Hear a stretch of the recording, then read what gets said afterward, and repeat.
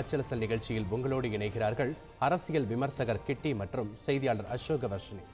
நன்றி ஜெகஸ்டன். பல்வேறு விஷயங்களை பேச இருக்கிற நேர்களே, ஆனால் நாடு முழுவதும் பேசிக் கொண்டிருப்பது 7வது நாளாக ஒரே விஷயத்தை தான். இந்த 500,000 ரூபாய் நோட்டுகள் செல்லாது என்று அறிவித்த பிறகு தொடர்ந்து நடந்து வந்திருக்கக்கூடிய விஷயங்களை நாம் கடந்த ஒரு வாரமாக பார்த்து வருகிறோம். அதில் நேற்று சில முக்கிய அறிவிப்புகளை மத்திய அரசாங்கம் வெளியிட்டு மக்களுக்கு இந்த விஷயத்தை இன்னும் எளிமைப்படுத்துவதற்கான பல்வேறு ஒரு நடைமுறைகளை கொண்டு வந்திருக்கிறார்கள்.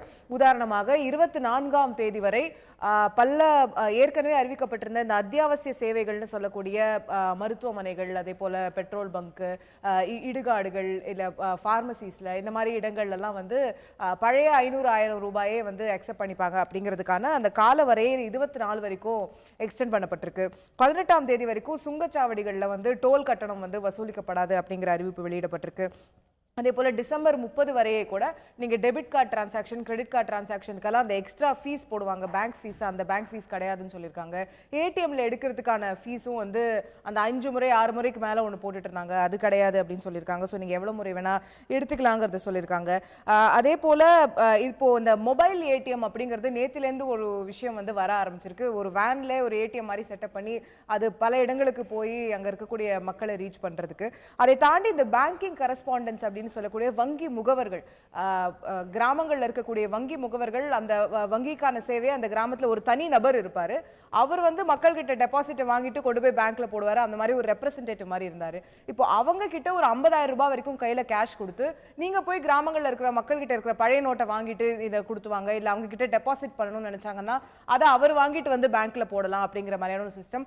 அந்த 50,000 ரூபாய் அவர் கையில தீர்ந்துருச்சுன்னா திரும்ப போய் இன்னும் கொஞ்சம் காசு வாங்கிக்கலாம், எவ்வளவு வாட்டி வேணா ஹி கேன் டிரா மணி அப்படிங்கிற மாதிரி கிட்டத்தட்ட அது 1.2 லேக் 1.2 லட்சம் அந்த பேங்கிங் கரஸ்பாண்டன்ஸ் வங்கி முகவர்களை கொண்டு வராங்க. ஸோ ஏற்கனவே ஒரு 2 லட்சம் ஏடிஎம்கள் இருக்கு. அதுல ஒரு 1 லட்சம் கிட்ட வேலை, 1.5 லட்சம் கிட்ட வேலை செய்யுது அப்படின்னு எடுத்துக்கிட்டாலும் இந்த ஒரு 1.5 லட்சம் ஆட் ஆகும்போது கிட்டத்தட்ட இப்போ 3 லட்சம் இடங்கள்ல நம்மளால பண பரிமாற்றம் பண்ண முடியும் அப்படிங்கிறது இருக்கு. அதை தவிர இப்போ நடமாடும் ஏடிஎம்கள் அப்படின்னு வேன்கள் மூலமா கொண்டு வராங்க வங்கிகள், ஒவ்வொரு வங்கிகளும் ஒவ்வொரு எண்ணிக்கையில கொண்டு வராங்க. ஸோ இந்த மாதிரி விஷயங்கள்லாம் இப்போ ஓரளவுக்கு கடந்த வாரத்துல இருந்த ஒரு ஒரு அழுத்தம் இருந்தது, உடனடியா பெரிய கியூக்கள் இருந்தது, இதெல்லாம் வந்து குறைக்கிறதுக்கான வாய்ப்பு அப்படின்னு எடுத்துக்கலாமா இந்த நடவடிக்கைகள்? நிச்சயமாக அசோக். அது மட்டும் இல்லை, நம்ம இந்த மொத்த விஷயத்தை பார்க்கும்பொழுதே ஒரு மெச்சூர்ன்னு சொல்லக்கூடிய ஒரு முதிர்ச்சியோடு நம்ம பார்க்க வேண்டியது அவசியம். நம்முடைய சொந்த வாழ்க்கையிலேயே 2 விஷயங்கள் இருக்கு. விதிமுறைன்னு ஒன்று இருக்கு, விதி விலக்குன்னு ஒன்று இருக்கு. விதிமுறைப்படி நம்ம தினம் வாழ்கிறோம், சாப்பிட்றோம், தூங்குறோம், கொள்கிறோம், வேலைக்கு போகிறோம், அதெல்லாம். பட் வீட்டில் வந்து ஒருத்தருக்கு உடம்பு சரியில்லாமல் போகலாம், ஒரு சாவு ஏற்படலாம், அல்லது ஒரு வித்தியாசமான ஒரு விஷயம் ஏற்படலாம். அப்போ விதிவிலக்கு என்ற அந்த ஒரு கட்டாயம் வருகிறது. நம்முடைய நடைமுறை வாழ்க்கையிலே நம்ம வந்து தினமும் சாப்பிட்டுட்டு இருக்கோம், நல்லா கிடைச்சதெல்லாம் சாப்பிட்றோம். அதே நேரத்தில் நோன்பு அப்படிங்கிற அளவில் நம்ம ஒரு விதிவிலக்கை கொண்டு வரோம். அப்போ நம்ம விதிவிலக்கு என்பது ஏற்படும் பொழுது சராசரியாக பொது நாளில் ஏற்படும் அந்த விஷயத்தை விட கொஞ்சம் வித்தியாசமாக இருக்கும், கொஞ்சம் சிரமங்களும் இருக்கும். அதோட சார்ந்த சிரமங்கள், நாம ஏற்பட்டுக்கிற சில சிரமங்கள், பொதுவாக ஏற்படக்கூடிய சில சிரமங்கள் இருக்கும். இது வாழ்க்கையினுடைய ஒரு நியதி, இது ஒரு உண்மை. ஒரு தேச அளவில் 130 கோடி மக்கள் இருக்கிற ஒரு நாட்டில் மிகப்பெரிய அரக்கனான, பொருளாதார அரக்கனான கருப்பு பணம் அப்படிங்கிற அந்த அரக்கனை ஒழிப்பதற்கான ஒரு தீவிரமான நடவடிக்கை எடுக்க முயற்சிக்கும் பொழுது அதை விதிவிலக்கு என்ற அந்த புரிந்து கொண்டு அந்த கண்ணோட்டத்தில் முதல்ல பார்க்க வேண்டியது மிக அவசியம். அந்த விதிவிலக்கு நேரத்திலே ஒரு சில அசௌகரியங்கள் ஏற்படலாம். ஏன்னா இதில் மொத்தமாக எப்படிப்பட்ட பரிமாற்ற டிரான்சாக்ஷனல் டிஃபிகல்ட்டிஸ், கஷ்டங்கள் இருக்குங்கிறத மொத்தமாக கணிக்க முடியாது. ஆகையினால இந்த அரசாங்கம் மிகப்பெரிய ஒரு நடவடிக்கை எடுத்திருக்கிறது. அதனுடைய தேவைப்பட்ட சில அசௌகரியங்களை தவிர்ப்பதற்காக கூட நடவடிக்கைகள் என்ன எடுக்கணுங்கிறத எடுத்துக்கிட்டு தான் அது வருது. ஆக நம்ம இதை நிச்சயமாக அந்த கண்ணோட்டத்தில் பார்த்து ஏற்றுக்கொண்டு, நீங்க சொல்லக்கூடிய விதி விலக்குகள் இயல்பா நடக்கும்போது அதை வந்து மக்கள் ஏற்றுக்கொள்வாங்க. இப்போ திடீர்னு ஒரு ஷார்டேஜ் வருது, இல்லை இப்போ அந்த மாதிரியான விஷயங்கள் வருது, அந்த நேரத்தில் சமாளிக்கணும். இப்போ சென்னையில் திடீர்னு வெள்ளம் வந்தது, அப்போ எப்படி மக்கள் தானா தன்னிச்சையா எழுந்து சமாளிச்சாங்க அப்படிங்கிறத நம்ம பார்த்தோம். ஆனா தானா வரக்கூடிய விஷயங்கள் வேற, நாமளா ஏற்படுத்தி கொள்ளக்கூடிய விஷயங்கள் வேறங்கிறத பார்க்கணும். இது வந்து அரசாங்கம் திட்டமிட்டு கொண்டு வந்த ஒரு நடவடிக்கை. அதுல அசௌகரியங்கள் வருதுன்னா நம்ம அரசாங்கத்தை தான் கேள்வி கேட்கணும். அதாவது எந்த விகிதம், எந்த பர்சன்டேஜ் அசௌகரியம் வருதுங்கிறத நம்ம முதல்ல பார்க்கணும். அதுதான் முக்கியம். அதாவது ஒரு பொது விஷயம் என்று எடுக்கும்பொழுது பெரும்பாலான மக்களுக்கு பெரும்பாலான பொதுமக்களுக்கு ஒட்டுமொத்த நாட்டுக்கு 80%, 90% நல்லது ஏற்படுகிறதா, 5%, 2% அசௌகரியம் இருக்கிறது, அந்த கண்ணோட்டத்தை பாருங்கிறேன். வேற அசௌகரியங்களே இருக்காதுன்னு நான் சொல்லலை. அதான் சொன்ன விதிவிலக்கில் எப்பொழுதுமே திட்டமிடல் தான் நம்ம யோசிக்க வேண்டியது. இப்ப நான் முன்னாடி சொன்னது போல இந்த நடவடிக்கை வந்து திடீர்னு ஓவர் நைட்ல நமக்கெல்லாம் தான் இது வந்து ஒரு சர்ப்ரைஸாவும் ஷாக்காவும் இருந்தது, ஒரு ஆச்சரியமா இருந்தது. ஆனா அரசாங்கத்துக்கு இது சர்ப்ரைஸ் கிடையாது. அரசாங்கம் இதை திட்டமிட்டு தான் கொண்டு வராங்க. அப்படின்னும் போது இப்ப இன்னைக்கு சொல்லக்கூடிய இந்த மொபைல் ஏடிஎம்னு கொண்டு வாங்கன்னு சொல்றதோ, இன்னைக்கு கிராமப்புறங்கள்ல நாங்க வந்து இன்னைக்கு ஒரு 4-5 நாட்களுக்கு கிராமப்புறங்கள்ல பணம் ரீச் ஆகலங்கிற செய்திகள்லாம் வெளியே வந்து அதற்கு பிறகு நாங்க கிராமப்புறங்கள்ல வங்கி முகவர்கள் மூலமா 50,000 ரூபாய் கொடுக்கிறோம் அப்படின்னு இப்ப மாற்றுவதற்கும் இந்த திட்டமிடல்லாம் எப்ப நடந்திருக்கணும் அப்படிங்கிறது தானே. ஓரளவுக்கான கணிப்பு நாங்க 5-6 நாளைக்கு மக்கள் வந்து அங்க கஷ்டப்பட விட்டுட்டு கிராமப்புறங்கள்ல, அதுக்கப்புறம் இன்னைக்கு நாங்க வங்கி முகவர்கள் கொண்டு வரோம் சொல்லும்போது, இன்னைக்கு வங்கி முகவர்கள் வராங்க, அங்க கிராமங்களுக்கு போக போறாங்க, எக்ஸலென்ட், வரவேற்கத்தக்கது. பட் இது நம்ம திட்டம் 6 மாசமா 10 மாசமா திட்டமிட்ட ஒரு செயல்னு சொல்லும்போது இந்த திட்டமிடல் ஏன் முன்னாடியே இல்லைன்ற நீங்க என்ன சொல்றீங்கன்னா, திட்டங்கள் இருந்திருக்கு, திட்டமிட்டு தான் செயல்படுறாங்க. அந்த திட்டத்தினுடைய பெர்ஃபெக்ஷன் லெவல் தான் 100%, 95%, 98%. அதுதான் நம்ம கணக்கு நம்ம பார்க்க முடியும். அந்த விதத்தில் நான் என்ன சொல்றேன்னா, சில சிரமங்கள் இருக்கும் அப்படிங்கறத நான் முதல்ல அந்த முதிர்ச்சி நமக்கு வேணும். இதுல சில இப்போ சீனியர் சிட்டிசன்ஸ் சொல்றாங்க. நானும் என்னுடைய வைஃப் நாங்களும் சீனியர் சிட்டிசன்ஸ் தான். எங்களுக்கு இதுல வந்து ஒரு பாதிப்பு இருந்தது. முதல் நாள் வந்து ஃபோன் பண்ணி பேங்க்ல கேட்டபோது மிகப்பெரிய கியூ இருந்துன்னு சொன்னாங்க. ஆக சரி, எந்த நேரத்தில் அந்த கியூ குறையும் அப்படிங்கிறது கேட்டுக்கிட்டு என்னுடைய மனைவியும் போய் ஒரு 2 மணி நேரம் நின்றுட்டு அவங்க வந்து தேவையான பணம் வாங்கிட்டு வந்தாங்க.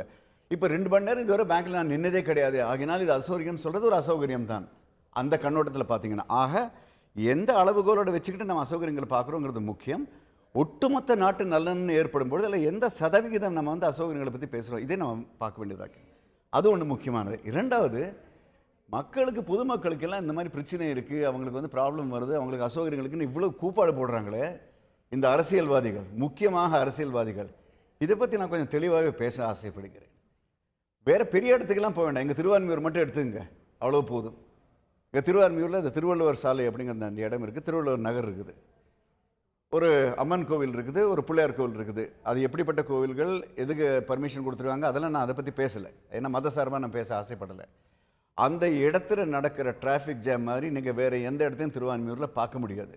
மொத்தமாக இருக்கக்கூடிய 15 அடி சாலையில் குறுக்கு நெருக்காக மோட்டார் சைக்கிள்லாம் வச்சுக்கிட்டு தினம் ஒரு பிரம்ம பிரயத்தனம், அத்தனை அசௌகரியம். இதை மக்கள் ஏற்றுப்பாங்க. 5 நாள் 6 நாள் குப்பை வாரப்படாமல் செதறி கிடக்குது. இந்த பீச் போகிற ரோட்டில் நாரி கிடக்குது. அது பக்கத்தே நின்று தோசை சாப்பிட்றாங்க, இட்லி சாப்பிட்றாங்க. அந்த அசௌகரியம் ஏற்றுக்கொள்ளக்கூடியது. அண்ணா சாலைன்னு ஒரு ரோடு இருக்குது, ஒரு சாவு ஏற்பட்டால் ரோடை பிளாக் பண்ணிடுறாங்க. நான் பார்த்துருக்கேன், ஸ்கூல் எக்ஸாமில் வேனில் போகிற குழந்தைங்க அலறுத, டிலே ஆகிடுச்சு, மாட்டிக்கிட்டாங்க அப்படின்னு. அந்த அசௌகரியத்தை ஏற்றுப்பாங்க. அதை விடுங்க, இதே அரசியல் கட்சிகள் அங்கே மருந்தீஸ்வரர் கோவிலுக்கு எதிரில் கூட்டம் போடுவதற்காக அந்த மொத்த இடத்தையும் வளைச்சு அந்த இடத்துல வந்து மேடை கட்டி போடுவாங்க. ஆம்புலன்ஸ் கூட போக முடியாது, சுற்றி வளைச்சிட்டு போவோம். அந்த அசௌகரியம் ஓகே. தினம் வாழ்க்கையில் இப்படி கண்மூடித்தனமான அசௌகரியங்கள் ஏற்படுத்திக்கிட்டு அதெல்லாம் வாழலாம். நாடு சுத்தமாகணும், நாடு நல்லா தேரணும் அப்படிங்கிறதுக்காக ஒரு முயற்சி எடுத்தா அப்போ அசௌகரியங்களை பற்றி இவ்வளோ பேசுகிறாங்க. அதாவது ஒரு மெச்சூரிட்டிங்கிற ஒரு பாயிண்ட் ஆஃப் வியூ இல்லை. பல இடங்கள்ல அந்த முதிர்ச்சியான ஒரு கண்ணோட்டமே இல்லை. நீங்க சொல்லக்கூடிய விஷயங்கள் புரிஞ்சுக்கிறேன். அன்றாடம் நமக்கு பல அசௌகரியங்கள் இருக்கு. பல இப்ப டிராபிக் ஜாம்ல மாற்றோம், நீங்க சொன்னது மாதிரி குப்பை அள்ளப்படுறதுல அதை சகிச்சுக்கிறோம். இந்த மாதிரியான பல விஷயங்களை வந்து மக்கள் சகிச்சுக்கிறாங்க. இதையும் ஏன் சகிச்சுக்க கூடாது அப்படி நான் சொல்ல. அதாவது அப்படிப்பட்ட அசௌகரியங்களை ஏற்படுத்துபவர்கள், அப்படிப்பட்ட அசௌகரியங்களோடு மக்களை வாழ வைப்பவர்கள், அவங்க இன்றைக்கு அசௌகரியங்களை பத்தி பேசும்போது போலித்தனமா இருக்குன்னு சொல்ல வரேன். புரியுது. பட் அந்த விஷயங்களுக்கும் நீங்க சொல்லக்கூடிய டிராபிக் ஜாம்ஸ்க்கும் இல்ல வந்து ஒரு குப்பை அள்ளப்படாததுக்கும் அதெல்லாம் செய்யப்பட வேண்டியது நிச்சயமா வந்து அந்த விஷயங்களை வந்து நம்ம பரவாயில்ல அப்படின்னு ஏத்துக்கவே முடியாது. அதுவும் மக்களுக்கு வந்து ஒரு அசௌகரியத்தை ஏற்படுத்தக்கூடிய விஷயம். ஆனா இன்னைக்கு லாரிகள் மட்டும் எடுத்துக்கிட்டோம்னா கிட்டத்தட்ட பாதி 50% வந்து லாரிகள் வந்து ஒரு மாநிலத்துல இருந்து ஒரு மாநிலத்துக்கு ஓட முடியல. உத்தரப்பிரதேசத்துல இருக்கிற லாரிகள்ல தான் டெல்லிக்கு வந்து உருளைக்கிழங்கு வெங்காயம் போயாகணும். இன்னைக்கு அவங்களால போக முடியல. அந்த வெஜிடபிள்ஸ்க்கான தட்டுப்பாடு ஏற்படுறதுக்கான வாய்ப்பு இருக்கு அப்படின்னு சொல்றாங்க. பலர் மருத்துவமனைகள்ல வந்து பிரைவேட் ஹாஸ்பிட்டல்ஸ்ல இப்போ இந்த அரசாங்கம் விதிவிலக்கு அளித்திருப்பது அரசு மருத்துவமனைக்கு மட்டும்தான். பிரைவேட் ஹாஸ்பிட்டல்ல போய் நீங்க 5 லட்சம் கட்டினாதான் ஆபரேஷன் சொல்றாங்க. உயிருக்கு போராடி கொண்டிருக்கக்கூடிய ஒருத்தர் எவ்வளவு சீரியஸான அசௌகரியங்களை இது ஏற்படுத்துது மற்ற அசௌகரியங்களை தாண்டி அப்படிங்கறத பார்க்கணும் இல்லையா? இப்ப நீங்க சொன்ன அதே விஷயத்தை எடுத்தீங்கன்னா 400 ட்ரக் போற இடத்துல 200 ட்ரக் ட்ரக் போயிருக்கு. நீங்க அந்த செய்தியை படிச்சீங்கன்னா ஆமா 50% குறைஞ்சிருக்கு. ஆக நான் புரிஞ்சுக்கிறேன், அதை நான் புரிஞ்சுக்கிறேன். இப்போ இது அரசாங்கத்துக்கு தெரியாத விஷயம் இல்லை. தெரிஞ்ச உடனே அதற்கு தேவையான ஒரு நடவடிக்கை எடுத்துப்பாங்க. இன்னைக்கு நம்ம கோயம்பேடு மார்க்கெட்ல 15 ரூபாய் வித்த காய்கறி 5 ரூபாய்க்கு விக்குது, 7 ரூபாய்க்கு விக்குது. ஆனாலும் வாங்குறதுக்கு ஆள் இல்ல. அதுதான் ரொம்ப அதுல இதான விஷயம். 7 ரூபாய் காய்கறி வாங்க நான் 2000 ரூபாய் நோட்டு நீட்ட முடியுமான்ற கேள்வி எல்லாரும் கேட்டுட்டு இருக்காங்க. இல்லை, அது இப்படிப்பட்ட பல டிரான்சாக்ஷனல் லெவல்னு சொல்லக்கூடிய பரிமாற்றங்கள் செய்யக்கூடிய அந்த அளவில் நமக்கு பலவிதமான சில அசௌகரியங்கள் ஏற்படும்ங்கிறது தெரிஞ்சுக்கிட்டே தான் எடுக்கிற ஒரு டிசிஷன் இது. ஏனென்றால் ஒரு மிக மிக முக்கியமான நாட்டிற்கு தேவையான ஒரு நடவடிக்கை நம்ம எடுக்கும்பொழுது ஒரு சில சிறிய பிரச்சனைகள் வரலாம். ஆனால் என்னை பொறுத்தவரை இந்த அரசாங்கம் அதை நுண்ணிப்பாக கவனித்து அதுக்கு தேவையான நடவடிக்கைகள் எடுப்பாங்க அப்படிங்கிறது எனக்கு நிச்சயம் தெளிவாக தெரியும். அது போன்ற சில நடவடிக்கைகள் அடுத்தடுத்த கட்டங்களில் வந்து கொண்டே இருப்பதை பார்க்கிறோம். ஆனால் எதிர்க்கட்சிகள் வைக்கக்கூடிய விமர்சனமாக இதற்கான திட்டமிடல் முன்பே இருந்திருக்க வேண்டும் என்பது ஒரு விமர்சனமாக முன்வைக்கப்படுகிறது. இந்த ஒரு விஷயத்தை ஒட்டுமொத்தமாக திரும்ப பெற வேண்டும் என்பது கூட, இந்த நடவடிக்கையே திரும்ப பெற வேண்டும், மீண்டும் பழைய நோட்டுகளே கொண்டு வந்துடணும் அப்படின்னு கூட சில எதிர்க்கட்சிகள், மம்தா பானர்ஜி உள்ளிட்டோர் கோரிக்கை வைத்திருந்தார்கள். ஆனால் நேற்று ஒரு பாராளுமன்ற பாஜகவுடைய அந்த பாராளுமன்ற கூட்டத்தில் பேசிய பிரதமர் இந்த நடவடிக்கையை திரும்ப பெறுவதற்கான வாய்ப்பே இல்லை, இது முழுமையாக நடந்தே தீரும் என்ற ஒரு திட்டவட்டமாக அறிவித்திருக்கிறார். சோ நிச்சயமாக இது அடுத்த 40 நாட்களுக்கு நமக்கு இந்த விஷயத்தை வந்து அடுத்த கட்டத்திற்கு கொண்டு செல்வதற்காக அரசாங்கம் தயாராக இருக்கிறது. அதற்கான சில நடவடிக்கைகளையும் அறிவித்திருக்கிறது என்பதை நாம் பார்க்க முடிகிறது. தொடர்ந்து இந்த விஷயங்கள் எளிமையாகுமா, மக்களுக்கு இருக்கக்கூடிய நெருக்கடிகள் குறையுமா, இந்த முக்கியமாக இந்த டிசம்பர் 30ஆம் தேதிக்கு பிறகு இந்த மிகப்பெரிய நடவடிக்கைகள் கிடைக்கக்கூடிய பலன்கள் என்ன என்ற கேள்வி எழுந்திருக்கிறது. 500,000 ரூபாய் நோட்டுகள் செல்லாது என்று மத்திய அரசாங்கம் எடுத்திருந்த அந்த முடிவு தொடர்ந்து அடுத்தடுத்த கட்டங்களாக தாக்கங்களையும் விளைவுகளையும் ஏற்படுத்தி வருகிறது. அதோடைய ஒரு நெருக்கடிகளையும் அழுத்தங்களையும் குறைப்பதற்காக மத்திய அரசாங்கம் பல்வேறு நடவடிக்கைகளையும் தொடர்ந்து அறிவித்து வருகிறது. இதுல நம்ம மற்ற விஷயங்களுக்கு போறதுக்கு முன்னாடி அரசியல் ரீதியான சில கருத்துக்கள் வெளிவந்திருக்கு. அதுக்கு போறதுக்கு முன்னாடி இந்த ஒரு நடவடிக்கை இவ்வளோ அசௌகரியங்கள் ஏற்படுகின்றன, மக்கள் அதை பொறுத்து கொள்ள வேண்டும், 50 நாட்கள் என் கூட இருங்க, 50 நாட்களுக்கு பிறகு ஒரு தூய்மையான இந்தியாவை உங்களுக்கு தருகிறேன் அப்படின்னு பிரதமர் சொல்கிறார். நேற்று கூட ஒரு கூட்டத்தில் பேசும்போது நான் வந்து ஒரு கடக் சாய் கொடுத்திருக்கேன், நான் வந்து ஒரு ஸ்ட்ராங் டீ கொடுத்திருக்கேன், இந்த ஸ்ட்ராங் டீயை வந்து ஏழை மக்கள் டக்குன்னு ஏத்துப்பாங்க, ஆனா இதை கருப்பு பணம் வைத்திருப்பவர்களுக்கு தான் இதோடைய தாக்கம் வந்து அதிகமாக இருக்கிறது, பணக்காரர்களை தான் இது பாதித்திருக்கிறது அப்படின்னு ஒரு கருத்தையும் கூட சொல்கிறார். நிஜமாவே இந்த 50 நாட்களுக்கு பிறகு டிசம்பர் 30க்கு பிறகு இந்தியா தூய்மையா, கிளீனா, ஃபுல் ஒயிட்டா மாறிடுமா? தூய்மையா ஃபுல் ஒயிட்டா மாறிடுமாங்கிறதுக்கு நம்ம பதில் சொல்ல முடியாது. ஆனால் இப்பொழுது இருக்கும் கருப்பு பண நிலைமையை விட மிக சிறப்பாக இருக்கும் அப்படிங்கிறது என்னுடைய நம்பிக்கை. அது ஒன்று. இரண்டாவது, இந்த 50 நாட்களில் அது வந்து இந்த அசௌகரியங்களை கடந்து போக வேண்டிய அந்த ஒரு குறிப்பிட்ட ஒரு நேரம், அவ்வளவுதான். இதில் நிச்சயமாக பொருளாதார ரீதியாக பலவிதமான நல்ல விஷயங்கள் நடக்கும் என்பதில் எனக்கு ரொம்ப உறுதியாகவே இருக்கிறேன். பொதுமக்களுக்கு கூட நீங்கள் பார்த்தீங்கன்னா கொஞ்சம் கஷ்டமாக இருக்குது, ஆனால் நல்லது தான் அப்படின்னு சொல்கிறவங்க தான் அதிகம் நீங்கள் சந்திக்கிறோமே தவிர, இது மோசமானது தான் மோசமான சொல்கிறவங்களை நம்ம அதிகம் சந்திக்கிறது இல்லை. அது மட்டும் இல்லை, சில நல்ல விஷயங்கள் நடக்குது. இப்போது இந்த முயற்சிக்கு வாலண்டியர்ஸ், சமூக ஆர்வலர்கள் வந்து ஹெல்ப் பண்ணுங்க அப்படிங்கிற அப்படிப்பட்ட ஒரு விஷயம் நேத்து நம்ம சமூக வலைதளங்கள்ல வந்திருக்கு. அது அந்த ஸ்பிரிட், அந்த உணர்வு ரொம்ப சிறப்பாக இருக்கிறது. யார் இதில் நீங்கள் பார்த்தீங்கன்னா யாருக்கு இதில் கோபம், யாருக்கு இதில் வெறுப்புன்னு பார்த்தீங்கன்னா 2 விஷயங்கள். கருப்பு பண முதலைகள், அவர்களை கட்டி காக்கும், அவர்கள் கட்டி காக்கும் அரசியல்வாதிகள், இவங்க 2 பேருக்கு இது நிச்சயமாக பிடிக்காது. எனக்கு சில இடங்கள் வந்து ரொம்ப ஆச்சரியமாக இருக்குது. அதாவது இந்திய ஊழல் எதிர்ப்பு அப்படிங்கிற அந்த ஒரு விஷயம், அதற்கு முன்னோடியாக இருந்தவர் இக்கால காந்தி அண்ணா ஹசாரே அவர்கள். அண்ணா ஹசாரே அவர்களுடைய சீடர், பிரதம சீடர் அரவிந்த் கெஜ்ரிவால் அவர்கள். அந்த மூவ்மெண்ட்ல எப்படி தன்னெழுச்சியா பலர் ரோடுக்கு வந்து போராடினாங்க, ஊழலை ஒழிக்கணும்னு போராடினாங்க. அண்ணா ஹசாரே சொல்லிருக்காரு, கடந்த 2 நாட்களுக்கு முன்பு அவர் சொல்லிருக்காரு, நம்முடைய நாட்டில் கருப்பு பணத்திற்கு எதிரான அந்த போராட்டத்தில் மிக மிக முக்கியமான ஒரு நடவடிக்கை நான் மிகவும் பாராட்டுகிறேன். இன்னைக்கு காங்கிரஸ் உட்பட, திரு ப. சிதம்பரம் அவர்கள் உட்பட, இல்ல திமுக உட்பட, விடுதலை சிறுத்தைகள் உட்பட, இதுல வந்து குறைகளை காணக்கூடிய அனைத்து எதிர்க்கட்சிகளுமே முதல் நாள்ல முதற்கட்டமா இதை வரவேற்றாங்க.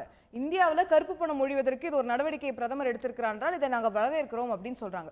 பட் அடுத்தடுத்த கட்டங்களில் மக்கள் படக்கூடிய சிரமங்களை அவர்கள் பார்க்கும்போது இதை பெட்டரா செஞ்சிருக்கலாம், இதை இப்படி பண்ணிட்டாங்களே, இதுல திட்டமிடலையே அப்படிங்கிற விமர்சனங்களை அவர்கள் வைக்க வேண்டியிருக்கு. விமர்சனங்கள் வந்து ஏற்றுக்கொள்ள வேண்டிய விஷயங்கள் தான். அதாவது ஒரு மிகப்பெரிய பாலிசி டிசிஷன் என்று சொல்லக்கூடிய கொள்கை ரீதியான நாடு சார்ந்த மிகப்பெரிய பொருளாதார டோஸ் கொடுக்கக்கூடிய ஒரு விஷயமாக இருக்கும்போது இது இயல்பானது அப்படிங்கிறது என்னுடைய கருத்து. இதில் உள்ள அந்த பெயின் பாயிண்ட்ஸ் என்று சொல்லக்கூடிய சிரமங்களை, இதில் உள்ள அந்த மக்களுக்கு ஏற்படக்கூடிய அந்த அசௌகரியங்களை நிச்சயமாக அரசாங்கம் கவனித்து செயல்படுகின்றது. அதனால தான் அந்த 45 நாள். உதாரணத்துக்கு நம்ம நீண்ட கால அடிப்படையிலன்னு பார்க்கும்போது திமுக தலைவர் நேத்துக்கு ஒரு டீடைல்டான அறிக்கையை வெளியிட்டிருக்கிறார். அதுல அவர் சில முக்கியமான விஷயங்களை வந்து சுட்டி காட்டுறாரு. நீங்க வந்து கருப்பு பணம் வைத்திருப்பவர்கள் அப்படின்னு சொல்லி வெளிநாடுகளில் இருக்கக்கூடியவர்களுடைய பட்டியலை வந்து அரசாங்கம் வைத்திருக்கிறது. அவர்கள் மீதான அடுத்த கட்டமாக ஏதாவது நடவடிக்கை எடுக்கப்பட்டிருக்கிறதா? அதை தாண்டி பணப்புழக்கம் அப்படிங்கிறதுல இதுல வந்து அவங்க என்ன சொல்றாங்க அப்படின்னா கள்ள நோட்டுகள் அப்படின்னு சொல்லக்கூடியது நம்மளுடைய ஒட்டுமொத்த பொருளாதாரத்தில் கிட்டத்தட்ட 400 கோடி தான் கள்ள நோட்டுகள் இருப்பதற்கான வாய்ப்பு இருக்குன்னு அரசாங்கத்துடைய வேறு ஒரு ஆய்வறிக்கையே சொல்கிறது. அந்த 400 கோடி கள்ள நோட்டை எடுப்பதற்கு இந்த 14 லட்சம் கோடி நோட்டுகளையும் மாற்ற வேண்டிய அவசியம் இருக்கிறதா அப்படிங்கிற கேள்வி அவர் எழுப்புறாரு. இந்த பனாமா லீக்ஸ், விக்கி லீக்ஸ் போன்ற பல்வேறு விஷயங்கள்ல வந்து இவர்களிடம் கருப்பு பணம் இருக்கிறது, இவங்க டாக்ஸ் இவேட் பண்றாங்க, நிறைய லிஸ்ட்டுகள்லாம் வந்து இன்னைக்கு இன்டர்நெட்ல வெளியாயிருக்கு. அதெல்லாம் எடுத்து ஏதாவது அரசாங்கம் நடவடிக்கை எடுத்திருக்கிறதா? அப்போ யார் அதை வச்சிருக்காங்களோ அவங்க மேல டார்கெட்டடான நடவடிக்கை இல்லாமல் இதை ஒட்டுமொத்த மக்களையும் பாதிக்கக்கூடிய விஷயமானது சரியா அப்படிங்கிற கேள்வி. அசோகா, ரொம்ப சாதாரணமான ஒரு விஷயம் தெளிவுபடுத்துறேன். இப்போ இங்க பேப்பர் இருந்துச்சு, இதை எடுத்தேன். இங்க 10 விஷயங்கள் இருக்கு. எந்த விஷயத்தை எடுத்து நான் பேச ஆரம்பிக்கலாம். அறிவுஜீவித்தனமாக நம்ம பல விஷயங்களை பேசிக்கொண்டே போகலாம், ஆராய்ந்து கொண்டே போகலாம். அது நியாயமான கேள்வியாக தெரியல. கருப்பு பணத்தை பத்தி தான் பிரதமரும் அதாவது பேசுறாரு. இப்ப 400 கோடி மட்டும் தான், அதாவது பேசுறாரு. 400 கோடி ரூபாய் மட்டும் தான் இருந்துங்கிறது யாராவது இது It is a government of India surveyல அவங்க என்ன சொல்றாங்க? fake notes. fake notes உடைய circulation வந்து 400 crores. இவங்க fake notesக்காக இவங்க இது பண்ணலையே. fake note இப்ப கருப்பு பணத்துக்கு தானே இது பண்ணிருக்காங்க. ஆகையால ஒபினியன் கருத்துங்கிறதுக்காக எதை வேணா தூக்கி போட்டு நம்ம பேசிட்டு இருக்கலாம். ஒரு சில நேரங்கள்ல ஒரு முதிர்ச்சியுடன் கூடிய ஒரு அமைதியும் ஒரு நிதானமும் மௌனமும் தேவைன்னு நான் சொல்வேன். இப்போ இவர் சொல்லக்கூடிய இன்னொரு புள்ளியோரம் நம்ம எடுத்து பார்க்கும்போது இன்னைக்கு 14 லட்சம் கோடி அளவுக்கு நோட்டுகளை நம்ம மாத்திட்டு இருக்கோம் நாடு பூரா. திமுக தலைவர் சொல்லக்கூடிய அறிக்கையில என்ன சொல்றாருன்னா, நாட்டில் இருக்கக்கூடிய மிகப்பெரிய தொழிலதிபர்கள், தொழில் நிறுவனங்கள் கிட்ட இருந்து நமக்கு இருக்கக்கூடிய வாரா கடன் மட்டும் கிட்டத்தட்ட 10 லட்சம் கோடிக்கு மேல இருக்கு. அப்போ அந்த 10 லட்சம் கோடிக்கான நடவடிக்கை தானே நம்ம முதல்ல பார்த்திருக்கோம். அது டார்கெட்டட், யாருன்னு தெரியும், எங்கன்னு தெரியும், அவங்க மேல எப்படி அதை வசூல் பண்ணணும்னு தெரியும். இது எங்க பணம் இருக்குன்னே நமக்கு தெரியாது, அதை நம்ம மாத்திட்டு இருக்கோம். அப்போ இந்த காங்கிரஸ் இந்த 60 வருஷமா இவங்க கூட இருந்த 10 வருஷம் இவங்க அதெல்லாம் ஒண்ணு எடுக்கல இல்ல நடவடிக்கை. இப்ப இவங்க எடுக்கும்போது கேட்கணும்ல கேள்வி.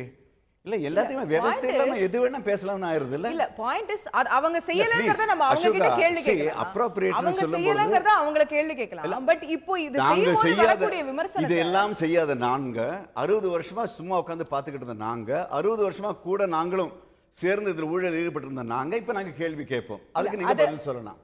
அவங்க நடவடிக்கையே எடுக்கலங்கிறதையும் சொல்ல முடியாது. யூபி அரசாங்கத்திலும் பல சுவிட்சர்லாந்து போன்ற விஷயங்கள்ல ஒப்பந்தங்கள் அந்த மாதிரியான இதெல்லாம் பார்க்கப்பட்டது. உச்சநீதிமன்றத்துல அந்த வழக்கு போய் அது உச்சநீதிமன்றத்துல SIT அமைக்கணும்னு சொல்லி தீர்ப்பு கொடுத்தாங்க. இந்த மாதிரியான விஷயங்கள்லாம் அந்த சமயத்துல நடந்தது. அதை நம்ம வந்து நிச்சயமா அவங்க செய்யலையே, நீங்க ஏன் இவ்வளவு பெரிய நடவடிக்கை எடுக்கலன்ற கேள்வி அவர்கள் நோக்கி கேட்கலாம். அதனாலேயே இன்னைக்கு அவங்க இதை விமர்சிக்கவே கூடாதுன்னு சொல்ல முடியும். அப்படி சொல்ல அதான் சொல்றேன். எந்த ஒரு விஷயத்தையும் நீங்க நடவடிக்கை எடுக்கும் பொழுது அதில் உள்ள பலன், அதில் உள்ள பலவீனங்கள், அதை பற்றி நம்ம எடுத்து காட்டலாம், குறை சொல்லலாம், அதை நிவர்த்தி செய்ய வேண்டியது அவசியம். இல்ல என்னை பொறுத்த வரைக்கும் எந்த ஒரு நடவடிக்கை இந்த அரசாங்கம் எடுத்தாலும், நல்ல நடவடிக்கை எடுத்தாலும் அரசியல் என்ற கண்ணோட்டம் வெறுப்பையும் கடுமையான விமர்சனத்தையும் மட்டும்தான் கொண்டு வருங்கிற மாதிரி பிஹேவ் பண்றாங்க. அப்படிப்பட்ட ஒரு கண்ணோட்டத்தை பார்க்கும்போது இது வந்து ஒரு மெச்சூர் பாயிண்ட் ஆஃப் வியூ எனக்கு தோன்றுது. உதாரணத்துக்கு நான் சொல்றேன், அண்ணா ஹசாரே அவர்கள் இது வந்து ஒரு சிறப்பான நடவடிக்கைன்னு சொல்லிருக்காரு. அவருடைய முதல் சீடரான அரவிந்த் கெஜ்ரிவால் ஒரு முதலமைச்சராக இருக்கிறார். அவர் வந்து ஊழல் எதிர்ப்பு அந்த ஒரு விஷயத்தினாலே இந்த நாட்டில் ஒரு மக்களுக்கு முன்னாடி ஒரு பிரதானமான இடத்துக்கு வந்தவர்.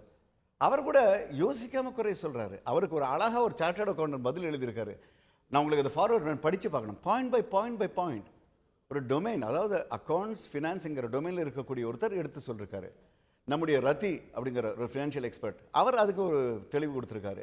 மற்றும் பலர், மார்க் டுல்லி நம்முடைய ஜெர்னலிஸ்ட், அவர் இந்தியா பற்றி அவர் அதாக ஆக்கபூர்வமான பல நல்ல கருத்துக்களையும் நல்ல கண்ணோட்டத்தையும் மதிப்பீடுகளையும் சொல்றவங்களும் இருக்காங்க, குறைகளை மட்டுமே சொல்றவங்களும் இருக்காங்க. அதுதான் நான் சொல்ல வரேன். சோ இது நம்ம அரசியல் ரீதியா அடுத்து எப்படி போகுது அப்படிங்கறதையும் பார்த்தோமானால் அவர்கள் சொல்லக்கூடிய விமர்சனங்கள் சரி தவறு அப்படிங்கறத தாண்டி இன்னைக்கு west Bengal chief minister Mamata Banerjee வந்து ஒரு கருத்தை முன்வைக்கிறாங்க. அனைத்து எதிர்க்கட்சிகளும் இதுல வந்து ஒன்றிணைய வேண்டிய காலகட்டம்னு.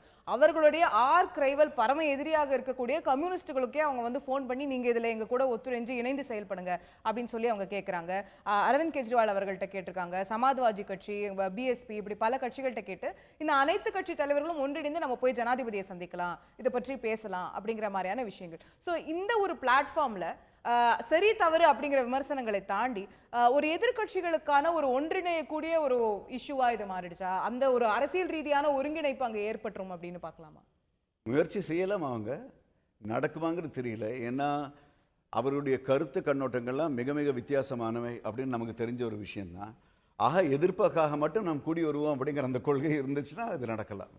ஸோ இது வந்து ஒரு எதிர்க்கட்சிகளை ஒன்றிணைக்கக்கூடிய பிரச்சனையாக மாறப்போகிறதா இல்லையா என்பதையும் பொறுத்திருந்து பார்க்க வேண்டும். பாராளுமன்றம் கூட இருக்கிறது. நாடே இந்த 500,000 ரூபாய் நோட்டு சில்லற காசு மாத்துறது இப்படின்ற ஒரு பிரச்சனைகளை சிக்கிக் கொண்டிருக்கக்கூடிய நேரத்தில் பாராளுமன்றம் நாளை கூட இருக்கிறது. ஒரு மாத காலத்திற்கு நவம்பர் 16 முதல் டிசம்பர் 16 வரை பாராளுமன்றத்துடைய குளிர்கால கூட்டத்தொடர் கூட இருக்கிறது. நிச்சயமா இந்த நோட்டு பிரச்சனை தான் மிகப்பெரிய அளவில் பேசப்படும் அப்படின்னு எதிர்பார்க்கலாம் இல்லையா? நிச்சயமாக பாராளுமன்றத்தினுடைய இந்த கூட்டம் நடக்க போகுன்னு தெரிஞ்சுக்கிட்டு தானே அதே நேரத்தில் அவங்க அனௌன்ஸ் பண்ணியிருக்காங்க. ஆக இந்த விஷயம் வந்து பாராளுமன்றத்தில் வரும், பேசப்படும், விவாதிக்கப்படும்ங்கிறதெல்லாம் தெரிஞ்சுக்கிட்டு தான் இந்த நடவடிக்கை எடுத்திருப்பாங்க. ஆக இது எதிர்பார்க்க வேண்டியது தான். ஸோ நிச்சயமா இந்த விஷயத்துல இப்போ உதாரணத்துக்கு கம்யூனிஸ்டுகள் வந்து ஒரு நோட்டீஸ் கொடுத்துருக்கிறதா சொல்றாங்க. இந்த பிரச்சனைக்கான சிறப்பு விவாதம் வைக்கப்பட வேண்டும், மற்ற எல்லா பிசினஸையும் நம்ம வந்து அப்புறமா பார்த்துக்கலாம், பாராளுமன்றத்தில் செய்ய வேண்டிய எல்லா பிசினஸையும். ஸோ இதுக்கு ப்ரையாரிட்டி கொடுக்கப்பட்டு இதற்கான சிறப்பு விவாதங்கள் தான் முதற்கட்டமா நடைபெறணும் அப்படிங்கிறது. அது பாராளுமன்றத்துடைய செயல்படும் விதத்தை பொறுத்தது, அவங்களுடைய business management of the sessions அதை பொறுத்தது. நிச்சயமாக எனது நாடு தழுவிய ஒரு விஷயமாக இருப்பதனால, மிகப்பெரிய ஒரு கொள்கை ரீதியான விஷயமாக இருப்பதனால நிச்சயமாக இந்த அரசாங்கமும் அதை கவனத்தில் வைத்துக்கொண்டு விவாதத்தில் ஈடுபடும் என்று நான் எதிர்பார்க்கிறேன். விவாதங்கள் இந்த விஷயம் பற்றி நிச்சயமா விவாதிக்கப்பட வேண்டியது அப்படிங்கறத யாருமே மாற்று கருத்து இருக்க முடியாது. அது ஆரோக்கியமான விவாதங்களாக எப்படி இருக்க போகிறது அப்படிங்கறத நம்ம நாளைக்கு பார்க்க இருக்கிறோம். பட் அதை தாண்டி இந்த ஒரு கூட்டத்தொடர் ஒரு மாத காலம் நடக்குது அப்படின்னும் போது குறிப்பா தமிழ்நாட்டுக்கு சில எதிர்பார்ப்புகள் இருக்கு. இந்த கூட்டத்தொடர்ல வர வேண்டிய விஷயம்னு, இந்த கூட்டத்தொடர்ல சட்டம் நிறைவேற்றப்பட்டால்தான் பொங்கலுக்கு ஜல்லிக்கட்டு நடைபெற முடியும். இந்த கூட்டத்தொடர்ல ஏற்கனவே உச்சநீதிமன்றத்துல வாக்குறுதி அளித்ததன்படி இந்த காவிரி மேலாண்மை வாரியம் அமைப்பதற்கு நாங்க பாராளுமன்றம் மூலமா சட்டம் நிறைவேற்றி செய்வோங்கிறதா மத்திய அரசாங்கத்துடைய தற்போதைய நிலைப்பாடு. அது இந்த கூட்டத்தொடர்ல செய்யப்படுமா? செய்யப்பட்டாதான் அடுத்த வருஷமாவது நம்ம காவிரிக்கு ஒரு மேலாண்மை வாரியத்தை பார்க்க முடியும் அப்படிங்கிற நிலைமை இருக்கிறது. இந்த ரூபாய் நோட்டு மாற்று பிரச்சனை ஒரு தேசம் தழுவிய முக்கியமான பிரச்சனை, அது விவாதிக்கப்பட வேண்டும் என்றாலும் கூட ஒரு மாத காலம் கூட்டத்தொடர் இருக்கிறது. ஒரு மாத காலமும் நம்ம இதே பேசுவாங்களா அப்படிங்கிறது தெரியாது. ஸோ தமிழ்நாட்டுடைய இந்த எதிர்பார்ப்புகள் நிறைவேறதற்கான என்ன வாய்ப்பு இருக்கிறதுங்கிறதையும் நல்ல அருமையான ஒரு விஷயம். தமிழ்நாட்டினுடைய இந்த தமிழ்நாட்டை சார்ந்த இந்த விஷயங்களை தமிழ்நாட்டு எம்பிக்கள் மிக கவனத்துடன் மிக தீவிரத்துடன் அங்கே முன்வைப்பார்கள் அப்படிங்கிறத நான் எதிர்பார்க்கிறேன். அது மட்டுமல்ல, கவன ஈர்ப்பு, அரசாங்கத்தினுடைய கவன ஈர்ப்பையும் ஏற்படுத்தி இந்த விஷயங்களை நீங்கள் கவனிக்க வேண்டும் என்று அவர்கள் நல்லா குரல் கொடுப்பாங்க அப்படின்னு நான் எதிர்பார்க்கிறேன். நாடு தழுவிய விஷயங்களில் போடுற கூச்சலில் குழப்பத்தில் வந்து இது வந்து அடிபட்டு போகலாம் அப்படிங்கிற அந்த பயம், அந்த ஒரு கவலை எனக்கும் இருக்கிறது. ஆக நம்முடைய தமிழ்நாட்டிற்கு தேவையான விஷயங்களை நம்முடைய எம்பிக்கள் மிக சிறப்பாக அங்கே முன்வைப்பார்கள், பேசுவார்கள், கவனத்தை ஈர்ப்பார்கள் என்று நான் எதிர்பார்க்கிறேன். அது ஆனா ஒரு பாராளுமன்ற கூட்டத்தொடர் துவங்குவதற்கு முன்பாகவே இந்த வாட்டி நாங்க என்னென்ன புது சட்டங்களை இன்ட்ரடியூஸ் பண்ண போறோம் அப்படின்னு ஒரு லிஸ்ட் வந்துடும். அந்த லிஸ்ட்ல நம்ம இன்னைக்கு பார்க்கும்போது இதுவரை வந்திருக்கக்கூடிய விஷயங்கள்ல ஜல்லிக்கட்டு தொடர்பான எந்த ஒரு மசோதாவோ அல்லது காவிரி மேலாண்மை வாரியம் தொடர்பான மசோதாவோ இருக்கிறத நம்ம பார்க்க முடியல இது வரைக்கும். ஒருவேளை இனிமே இன்ட்ரடியூஸ் பண்ணப்படுமா அப்படிங்கறதெல்லாம் நம்ம பார்க்க வேண்டியிருக்கிறது. பட் அது பண்ண வேண்டும்ன்ற எதிர்பார்ப்பு. இன்னொரு முக்கியமான மசோதா இந்த கூட்டத்தொடரில் நிறைவேற்றியே ஆக வேண்டிய மசோதா மத்திய அரசுடைய கண்ணோட்டத்தில் பார்த்தா ஜிஎஸ்டிக்கான ஒரு 4 ஸ்லாப்ஸ் இப்போ அவங்க வந்து சொல்லியிருக்காங்க. ஆனா எந்த ஸ்லாப்ல எந்த பொருள் இருக்க போகுது அப்படிங்கிறது இன்னும் தெரியல. அந்த ஜிஎஸ்டிக்காக மட்டுமே கிட்டத்தட்ட 3 சட்டங்களை வந்து நம்ம நிறைவேற்ற வேண்டியிருக்கிறது. இந்த ஒரு கூட்டத்தொடரில் நிறைவேற்றினாதான் ஏப்ரல் நம்ம கொண்டு வர முடியும். அப்படி இல்லைன்னா இதுக்காக ஸ்பெஷல் செஷன் கூட்ட வேண்டியிருக்கும், இல்ல பட்ஜெட் கூட்டத்தொடரில் அவசரமா அதை செய்ய வேண்டியிருக்கலாம் நம்ம பிப்ரவரியில வரக்கூடியதுல. ஸோ அது இந்த ஒரு ரூபாய் நோட்டு பிரச்சனை ஒரு பக்கம் ஓடிட்டு இருக்கும்போது ஜிஎஸ்டி மசோதா இந்த கூட்டத்தொடரில் நிறைவேறதற்கு சாத்தியக்கூறுகள் எவ்வளவு இருக்கு? அதாவது ஜிஎஸ்டி வந்து நாடுக்கு தேவையான ஒரு விஷயம். அதில் வந்து எப்படி செயல்படுத்தும் முறையில் வந்து வித்தியாசங்கள் இருந்தாலும் அது ஓரளவுக்கு நாடு தழுவிய ஒரு நல்ல ஒரு விஷயம் அப்படிங்கிறதுல வந்து இப்போ ஒரு கருத்து எல்லாருக்குமே வந்துருச்சு. ஆக இந்த டீட்டெயில்ஸ் என்று சொல்லக்கூடிய நுணுக்கமான விஷயங்கள் தான் அதில் பார்க்க வேண்டியது இருக்குது. எனக்கு ஒரு நம்பிக்கை இருக்குது. ஏன்னா வெறுக்க வேண்டும் அல்லது எதிர்க்க வேண்டுங்கிற ஒரே காரணத்துக்காக முனைந்து செயல்பட்டு இருந்தோம்னா இப்படிப்பட்ட நல்ல விஷயங்களை அடிபட்டு போகும். இல்ல என்னோட கேள்வி இதுல என்னன்னா, இதுல இந்த நோட்டு தொடர்பான விவாதங்கள்ல நம்ம அதிக நேரம் செலவு பண்ணி அதான் சொல்ல வரேன். ஜிஎஸ்டிக்கான நேரமோ இல்ல ஜல்லிக்கட்டுக்கான நேரமோ இல்லாமல் போவதற்கான வாய்ப்பு கூட இருக்குது. அது வந்து எதிர்ப்பு அப்படிங்கறத தாண்டி டைம் இல்லாம போறதுக்கான வாய்ப்பு கூட இருக்குது இல்லையா? ரெண்டு விஷயங்கள். ஒன்று, நம்ம வந்து ஒரு விஷயத்தை பற்றி நமக்கு ஒரு விமர்சனம் இருக்கும்பொழுது அதை முன்வைப்பது, அதை பற்றி காரசாரமாக பேசுவது, விஷயங்களை எதிர்ப்பது, அதெல்லாம் லாஜிக்கலாக முடிஞ்சிட்டு அதுக்கப்புறம் நடக்க வேண்டியது நடக்கணும் இல்லை? அதுக்கு அடுத்தது the flow has to go on, the journey has to go on, the parliament has to go on, the business has to go on. அந்த முதிர்ச்சி அரசியல் கட்சிகளுக்கு வேண்டும் அப்படிதான் நான் சொல்றேன். விவாதங்களை நீங்க நடத்துங்க, சொல்ல வேண்டியது சொல்லுங்க, குறைகளை எடுத்து சொல்லுங்க, அப்புறம் leave it to the voting, leave it to what needs to happen. ஆனால் அந்த லாக் ஜாம் செய்வது, பாராளுமன்றம் செயல்படாமல் நிறுத்தி வைப்பது, அதற்கான இன்னும் முடக்க நடவடிக்கைகளில் ஈடுபடுவது, அதெல்லாம் நடந்துச்சுன்னா நாட்டுக்கு நல்லது. இப்போ ஏப்ரல் 2017க்குள்ள ஜிஎஸ்டி வரணும் அப்படிங்கிறது அரசாங்கத்துடைய டெட்லைனா இருக்கு. ஒரு பிரஸ் கான்ஃபரன்ஸ்ல அருண் ஜேட்லி அவர்கள் பேசும்போது கூட சொல்றாரு, எங்களுக்கு அதிகபட்சம் செப்டம்பர் 2017 வரைக்கும் டைம் இருக்கு, இன்கேஸ் ஏப்ரல்ல முடியலன்னா கூட செப்டம்பருக்குள்ள முடிச்சிருவோம். சோ ஏப்ரலுடைய அந்த டெட்லைன் தாண்டி போவதற்கு, ஜிஎஸ்டியோட அமலாக்கம் தள்ளி போவதற்கான வாய்ப்புகள் வந்து ஏதாவது ஏற்படக்கூடிய வாய்ப்பு இருக்கு நம்ம பார்க்கணுமா, இல்ல ஏப்ரல்ல கண்டிப்பா வந்துரும் அப்படிங்கிறது தான் இன்னைக்கு இருக்கு? இதுல வந்து தனிப்பட்ட கருத்து தான் சொல்ல முடியும். எனக்கு வந்து ஏப்ரலுக்கு முன்னாடியே செய்யக்கூடிய வாய்ப்பு இருக்குன்னு தோணுது. அந்த அளவுக்கு தான் நான் சொல்ல முடியும். ஏப்ரலுக்கு முன்னாடியே அநேகமா தனிப்பட்ட கருத்து அது என்னுடைய. நிச்சயமா. சோ இது ஏன்னா இந்த ஒரு பிளாக் மணியோட நடவடிக்கை, அடுத்த டாக்ஸ் ஸ்ட்ரக்சர்ல மாற்றம், இது மாதிரியான விஷயங்களும் வந்து இன்டர்லிங்க்டாவும் கூட பார்க்கப்படுகிறது. இது ஒரு நல்ல விஷயம். இதுல இன்னொரு கேள்வி நேத்திக்கு சமூக வலைதளங்கள் மூலம் எல்லாம் எழுப்பி கொண்டிருக்கக்கூடியது என்னன்னா, இன்னைக்கு இவ்வளவு பெரிய கருப்பு பணத்துக்கு எதிரான நடவடிக்கை அப்படிங்கறதெல்லாம் போகிறோம். ஏற்கனவே பினாமிக்கான சட்டம் வந்துருச்சு அப்படின்னு சொல்றாங்க. அடுத்த கட்டமா பிரதமர் நான் இதுதான் துவக்கம், இன்னும் நிறைய விஷயங்கள் செய்ய போறேன் அப்படின்னு சொல்றாரு. இதுல இந்த டாக்ஸ் ஈவேஷன் அப்படிங்கறத, வரி செலுத்தாமல் இருப்பவர்களுடைய இதை குறைப்பதற்கு, அதே போல சாமானியர்களுக்கு ஒரு ரிலீஃப் இதுல கொடுப்பதற்கு, சாமானியர்கள் இதுல ரொம்ப கஷ்டப்பட்டிருக்காங்க, இதுல அவங்களுக்கு ஒரு ரிலீஃப் கொடுப்பதற்கு வருமான வரியோட உச்சவரம்பு அடுத்த பட்ஜெட்ல உயர்வதற்கான இந்த ஜிஎஸ்டின்ற ஒரு விஷயம் வரக்கூடிய அதே நேரத்துல டைரக்ட் டாக்ஸஸ்லயும் ஒரு ரிஃபார்ம் வரதுக்கான வாய்ப்பு இருக்கு அப்படின்னு எதிர்பார்க்க முடியுமா? அந்த 5 லட்சம்ங்கிறது மறுபடியும் பர்சனல் கருத்து. எனக்கு அப்படிப்பட்ட ஒரு நல்ல ஹோப், எதிர்பார்ப்பு இருக்கு. இந்த பட்ஜெட்ல உச்சவரம்பு உயர்வதற்கான வாய்ப்பு இருக்கு. அருண் ஜேட்லி அவர்கள் முன்னாடி அவர் ஆளுங்கட்சியா இல்லாதப்போ, நிதியமைச்சரா இல்லாதப்போ பேசக்கூடிய விஷயங்கள்ல சொல்லியிருந்தாரு, 5 லட்சம் வரைக்கும் வருமான வரியே ஆண்டு வருமானம் இருந்தா இல்லாம செய்யக்கூடிய வாய்ப்பு இருக்குன்னு அப்ப சொல்லியிருந்தாரு. ஆனா நிதியமைச்சர் ஆனதுக்கு அப்புறம் அதை பத்தி அவர் எதுவுமே சொல்லல. எனக்கு இப்ப நமக்கு நல்ல ஒரு காலகட்டத்தில் அது செய்வதற்கு சரியான காலகட்டத்தில் இருக்கும் அப்படிங்கிற ஒரு நம்பிக்கை இருக்கு. உப்பு தட்டுப்பாடு ஏற்பட்டு விட்டது, நாளில இருந்து உப்பே கிடைக்காது அப்படின்னு திடீர்னு ஒரு வதந்தி சேலம், ஓமலூர், ஈரோடு, நாமக்கல், அதை பற்றி அதை சுற்றி இருக்கக்கூடிய பகுதிகளில். அதனால நேற்று கூட்டமா மக்கள் போயிட்டு கிட்டத்தட்ட 300 ரூபாய் வரைக்கும் கூட கிலோக்கு வந்து கொடுத்து உப்பு வாங்கிட்டு வரக்கூடாது பார்த்தோம். அது வந்து ஒரு 10 டைம்ஸ் வரைக்கும் அந்த காசு கொடுத்து வாங்கிட்டு வந்திருக்காங்க. ஏற்கனவே டெல்லியை சுற்றிய பகுதிகளில் இதே வதந்தி வந்து பரவியது. அங்கேயும் வந்து மக்கள் திடீர்னு உப்புக்காக ஓடி போய் லைன்ல நிக்கிறத நம்ம பார்த்தோம். இது அதுக்கப்புறமா அது வதந்தி இல்லை அப்படிங்கிறது தெரிய வந்துருச்சு. பட் இது ஒரு விசித்திரமான விஷயமாக தான் இருக்கிறது. உப்பு தட்டுப்பாடு இல்லைன்னு சொல்லும்போது இதே வதந்தி டெல்லியில வருகிறது, பின்னர் இங்க வருகிறது அப்படின்னு சொல்லும்போது அது கொஞ்சம் ஆச்சரியம் அளிக்கக்கூடிய வியப்பான விஷயமாக தான். அது என்ன சொல்லுவாங்க, இந்த எரியிற வீட்டில் இருந்து எதையோ பிடுங்குறான்னு சொல்லுவாங்கல்ல. அதாவது ஒரு விதிவிலக்கான நிலைமை இருக்கும் பொழுது தேவையற்ற விதங்களில் வந்து பதட்டத்தை உருவாக்குறதுல சில பேருக்கு ஆதாயம் கிடைக்குது. அப்படிப்பட்ட விஷயங்கள் இருக்கும்பொழுது அப்படிப்பட்ட அங்க இருக்கக்கூடிய மாவட்ட ஆட்சியர்லாம் சொல்லக்கூடியதை நம்ம பார்க்கும்போது வதந்திகள் பரப்பினால் தண்டனைன்னு சொல்றாங்க. அதே போல அந்த உப்பை அந்த நேரத்துக்கு ரேட் அதிகரிச்சு விற்கிறாங்க இல்லையா வியாபாரிகள், அவர்கள் மீதும் நடவடிக்கை இருக்க வேண்டும். அதான் வருத்தம். இதுல என்ன அசோகான்னு பார்த்தோம்னா, நம்ம காமன் மேன் சொல்லக்கூடிய பொதுஜனம், இந்த வியாபாரியும் பொதுஜனம் தான், இப்படி செய்பவரும் பொதுஜனம் தான். நமக்கே நம்மை பற்றிய, நம்முடைய சமுதாயத்தை பற்றிய, தேசியத்தை பற்றிய ஒரு உணர்வு இருந்தால் தான் நம்ம இதெல்லாம் செய்யாமல் இருப்போம். இல்லைன்னா ஆதாயம்னு எதை வேணா செய்வோம். இது ஒரு தவறான விஷயம். தேவையான நடவடிக்கை வந்து அரசாங்கம் எடுக்க வேண்டும். அதுக்கு எப்படி நம்ம சென்னை வெள்ளத்தின் போது கூட பால் லிட்டருக்கு 100 ரூபாய்க்கு விற்கப்பட்டது அப்படிங்கறதெல்லாம் கூட இப்போ அந்த விற்கிறவரும் ஒரு பொதுஜனம் தானே. அப்ப அவருக்கு ஒரு மனசாட்சின்னு ஒன்று இருக்கணும்ல. ஸோ அவர்கள் மீதும் நடவடிக்கை அப்படிங்கிறது தான் இன்னைக்கு அரசாங்கம் சொல்லியிருக்கிறது. பட் அதை தாண்டி இந்த வதந்திகள் அப்படிங்கிறது இந்த ஒரு ரூபா நோட்டு நடவடிக்கைன்னு மட்டுமே இல்லை, இதுலயே நிறைய வந்தது. இந்த 2000 ரூபாய் நோட்டில் சிப் இருக்கு, சேட்டலைட்ல கண்காணிப்பாங்க அப்படிங்கிற ரூமர் தொடங்கி இந்த உப்பு அப்படிங்கிற ரூமர் வரைக்கும், திடீர்னு பேங்க்ல எல்லாம் கேஷ் தீர்ந்து போச்சு அப்படிங்கிற மாதிரியான சில ரூமர்ஸ் அங்கங்க வந்ததையும். ஸோ பட் இந்த மாதிரியான சூழ்நிலைகள் இருக்கும்போது நம்ம Chennai flood, I keep going back to that, but அதுல கூட எவ்வளவு ரூமர்ஸ் வெளியே வந்தது. குரோக்கடைல் பேங்க்ல இருந்து முதலில் வந்துருச்சு. இந்த ரூமர்ஸை தடுக்க வேண்டியது இல்ல மக்கள் நம்பாமல் இருப்பதற்கு இதுல ஒரு முக்கியமான விஷயமா இதை பார்க்கிறோமா?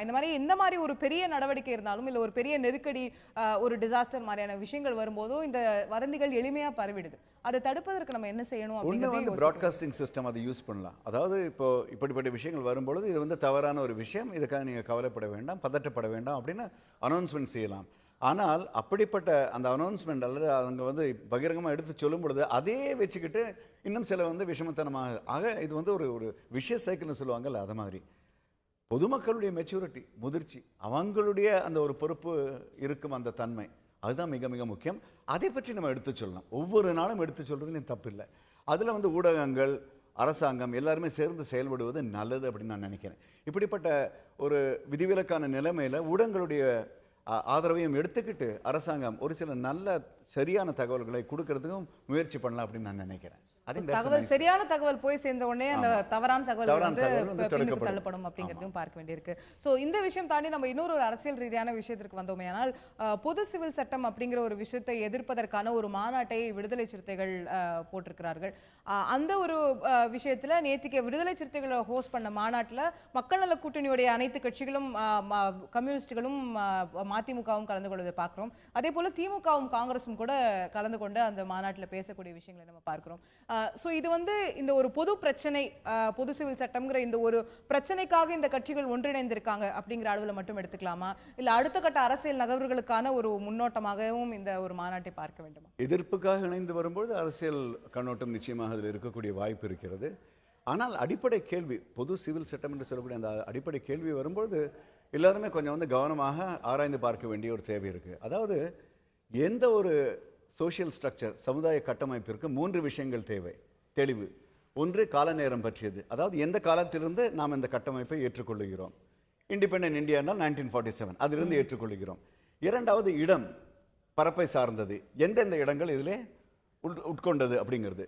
மூணாவது வந்து நம்முடைய வாழும் வழிமுறை என்ன, quality of our existence together. இந்த 3 விஷயங்களே நமக்கு வந்து ஒருங்கிணைத்த ஒரு கருத்து இருக்க வேண்டியது அவசியம். நீங்கள் வந்து நான் தமிழ்னு பாஸ்போர்ட் எடுத்துகிட்டு போக முடியாது, நான் இந்துன்னு நான் பாஸ்போர்ட் எடுத்துகிட்டு போக முடியாது, நான் வந்து கவுண்டர்னு பாஸ்போர்ட் எடுத்துகிட்டு போக முடியாது, நான் இந்தியன்னு தான் பாஸ்போர்ட் எடுத்துகிட்டு போக. ஆக தேசியம் என்ற ஒரு கருத்து அடிப்படையாக தேவை, நமக்கு மட்டுமில்லை உலகம் சார்ந்த அளவில். அப்படி வரும் பொழுது நாம் எல்லாருமே எந்த விதத்தில் ஒருங்கிணைந்து சேர்ந்து செயல்படுவோம், அதற்கு நமக்கு ஏற்றுக்கொள்ளக்கூடிய பொதுவான கருத்துக்கள், கண்ணோட்டங்கள், விதிமுறைகள் என்ன, விதிமுறைகள் என்ன அப்படிங்கிறத எந்த விதத்தில் கலந்தாலோசித்து பேசி நம்ம நிச்சயம் எடுத்தாலும் அதில் தப்பு கிடையாது. கான்ஸ்டிடியூஷன் என்று சொல்லும்பொழுது டு கான்ஸ்டிடியூட் அ டுகெதர்னஸ், ஒருங்கிணைப்பதற்கான ஒரு வழிமுறை என்பதே கான்ஸ்டிடியூஷன். அந்த ஒருங்கி இணைப்பது என்பதற்கு அந்த ஒழுங்குமுறை, அதற்கான அந்த வழிமுறை, விதிமுறை எல்லோருக்கும் பொதுவாக இருக்கக்கூடியவை எவை எவை, விதிவிலக்கு எவை எவைங்கிறத எடுத்து சொல்லலாம். அதை அழகாக ஆலோசனை செய்து நல்ல நல்ல கருத்துக்களை முன்வைத்து மக்களுடைய உணர்வுகளை மதித்து செயல்பட வேண்டியது எல்லோருக்கும் அது அந்த பொறுப்பு தேவை. பிஜேபிக்கு அந்த பொறுப்பு தேவை, மற்ற கட்சிகளுக்கு அந்த பொறுப்பு தேவை. அவ்வளவுதான் நான் சொல்லுவேன். சோ இது ஒரு ஆக்கப்பூர்வமான விவாதங்களா இந்த விஷயத்தை கொண்டு வரலாம், நிச்சயமாக கொண்டு வரலாம். ஆனால் அது தேவை. தேசியம் என்பது தேவை, நேஷனலிசம் என்பது தேவை. அதுக்குள்ள நம்ம என்னென்ன எலிமெண்ட்ஸ் வைக்கிறோம் அப்படிங்கறத நம்ம விவாதத்துக்கு உட்படுத்தலாம். உங்களுக்கு கர்நாடகால இருந்து தண்ணீர் வேணும், ஆனா உங்களுக்கு வந்து தேசியம் வேண்டாம்னா அது நடக்காது. உங்களுடைய பண்டம், அரிசி மற்றவருக்கு போய் விற்கணும், ஆனா உங்களுக்கு வந்து தேசியம் வேண்டாம்னா அது நடக்காது. இந்தியாவில் எந்த இடத்துலையும் போய் வேலை செய்யணும், ஆனா உங்களுக்கு தேசியம் வேண்டாம்னா அது நடக்காது. தேசியம் என்பது தேவை. அந்த தேசியத்திற்கு நாம் எப்படி ஒரு வழிமுறை அமைத்து, விதிமுறை அமைத்து செயல்படுவோம்ங்கிறத நல்ல ஒரு உணர்வோடு எல்லாரையும் மதிச்சு நம்ம செய்யறது நல்லது. அனைவரும் ஏற்றுக்கொள்ளபடியான, அனைவரையும் ஒன்றிணைக்கக்கூடிய மாதிரியான விவாதங்கள் முன்னெடுக்கப்பட வேண்டும் என்ற கருத்தும் இங்கே முன்வைக்கப்படுகிறது. தற்போது இத்துடன் இந்த நிகழ்ச்சியை நாம் நிறைவு செய்தாக வேண்டும். நேயர்களே, நிகழ்ச்சியில் இணைந்து கருத்துக்களை தெரிவித்த திரு ராஜகிருஷ்ணமூர்த்தி அவர்களுக்கு நன்றி. பார்த்த உங்களுக்கும் நன்றி நேயர்களே. தொடர்ந்து இணைந்திருங்கள். நன்றி. நன்றி. Thank you sir.